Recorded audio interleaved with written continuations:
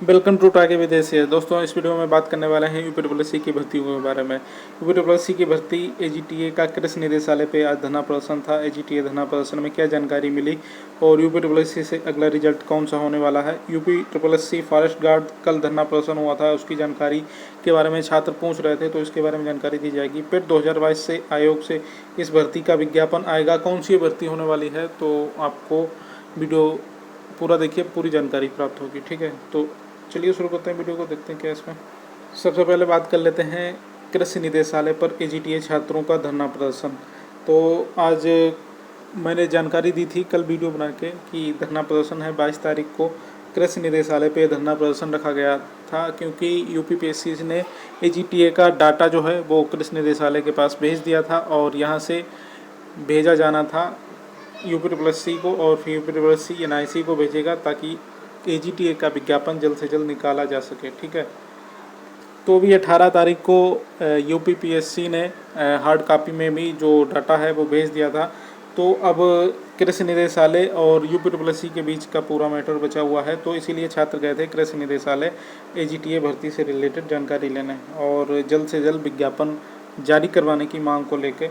तो वहाँ पे छात्रों पहुँचे तो आज मौसम काफ़ी ख़राब था, बारिश होने लगी थी, इस वजह से थोड़ी बहुत दिक्कतों का सामना करना पड़ा, लेकिन काफ़ी अच्छी संख्या में छात्र पहुंच गए थे। और फिर वहां पे क्या जानकारी मिली है, छात्रों की मुलाकात हुई कृषि निदेशालय के अधिकारियों से, तो वहां पे पूरी जानकारी दी गई कि ये अभी तक डाटा का क्या मैटर चल रहा था। तो देखिए, जब पहली बार डाटा भेजा गया था पहली बार में, तो वहाँ पे फ़ोटो और रजिस्ट्रेशन नंबर वगैरह जो कुछ भी होता है वो सब भेज दिया था, लेकिन सिग्नेचर नहीं भेजे थे। जो 906 लोग हैं उनके सिग्नेचर नहीं भेजे गए थे, तो उसको फिर से डाटा मांगा गया था। ठीक है, तो दोबारा जब डाटा मांगा गया तो जब जो 906 लोग हैं उनका पूरा डाटा एक तरफ था, बाकी सिग्नेचर जो नहीं पहले भेजे थे उसकी फ़ाइल अलग से भेज दी, तो दोनों की फ़ाइल अलग अलग हो गई। तो ऐसे में यूपीडब्ल्यूएससी ने ये बोला कि हम डाटा फीड करेंगे तो हमसे कोई गलती ना हो जाए। इस तरह से अगर हम डाटा फिर से मांग लेते हैं तो कोई गलती नहीं होगी और ये विज्ञापन, ये जो भर्ती है अटकेगी नहीं। ठीक है, तो तीसरी बार जो डाटा मांगा गया है तो उसमें जो फ़ोटो जो होता है, जो 906 लोगों का फ़ोटो है फॉर्म में, उसके नीचे सिग्नेचर दे दिया गया है। ठीक है, लेकिन यूपी ट्रिपल एससी ये चाहता है कि हमको एक अलग कॉलम में फ़ोटो मिले और अलग कॉलम में सिग्नेचर मिले, इस तरह से चाहता है। इसलिए तीसरी बार भी यूपी ट्रिपल एससी ने बता दिया कि ये डाटा हमारे फॉर्मेट में नहीं है, तो हमको संशोधित डाटा चाहिए जिस फॉर्मेट में हम कॉपी पेस्ट कर सकें। ठीक है, लेकिन यूपीपीएससी ने अब जो है बोल दिया है कि हम जो डाटा है वो बिल्कुल सही फॉर्मेट में पूरा डाटा भेज चुके हैं। अब ये कट कॉपी पेस्ट का काम बचा हुआ है, ये आप खुद कर सकते हैं, और ये कृषि निदेशालय करेगा या फिर यूपीपीएससी करेगा या फिर एनआईसी, कोई ना कोई, किसी न किसी को ये काम करना ही होगा ताकि आगे एजीटीए का जो विज्ञापन की प्रोसेस है वो आगे बढ़ सके। ठीक है, और जो मीटिंग हुई थी 16 तारीख को, जिस मीटिंग की जानकारी दी थी मैंने आपको वीडियो बना के, 18 तारीख को जो धरना प्रदर्शन हुआ था वहाँ पे पता चला था, तो उस मीटिंग में इस विज्ञापन को लेकर बातचीत हुई थी और सारा मैटर सॉल्व हो गया था लगभग, लेकिन इस डाटा को लेके ही और फॉर्मेट को लेके ही विवाद था थोड़ा बहुत। तो ये अब किसी न किसी विभाग को करना होगा, या तो कृषि निदेशालय ऐसा जो यूपीडब्ल्यूएससी को चाहिए वो दे देता है काम करके, ज़्यादा इसमें काम नहीं है, 1 या 2 दिन का काम होगा मुश्किल से अगर करने बैठे कोई। तो अब देखने वाली बात यह है कि आगे का ये काम जो है, जो सिग्नेचर और फ़ोटो अलग करने का अलग अलग कॉलम में, तो ये कौन करेगा, कृषि निदेशालय या यूपी ट्रिपल एससी करेगा या एनआईसी। ठीक है, तो आगे इस पे जो डाटा है कृषि निदेशालय के पास पहुंच चुका है और यूपी ट्रिपल एससी विभाग में अब पहुंचा दिया जाएगा, तो आगे इसमें 1-2 दिन में पता चल जाएगा कि आगे क्या प्रोसेस हो रही है, वैसे ही आप लोगों को जानकारी दी जाएगी। ठीक है, अगर काम आगे बढ़ जाता है इस भर्ती का तो ठीक है, नहीं तो फिर से एक धरना प्रदर्शन की ज़रूरत पड़ सकती है और जल्द से जल्द विज्ञापन निकाला जा सके, इसलिए, क्योंकि अगर जितना लेट होगा उतना ही ज़्यादा ये विज्ञापन निकालने में प्रॉब्लम हो जाएगी, क्योंकि पेट 2022 की वैलिडिटी जनवरी तक ही है, तो इसीलिए पूरी कोशिश है कृषि छात्रों द्वारा कि विज्ञापन जल्द से जल्द जारी करवाया जाए।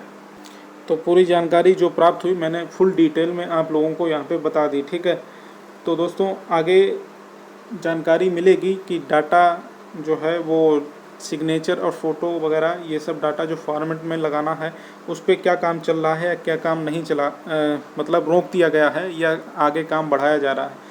तो इस प्रोसेस को आगे बढ़ाया जाएगा या नहीं, इसकी जानकारी अलग से मिलेगी तब बताऊंगा आप लोगों को, ठीक है।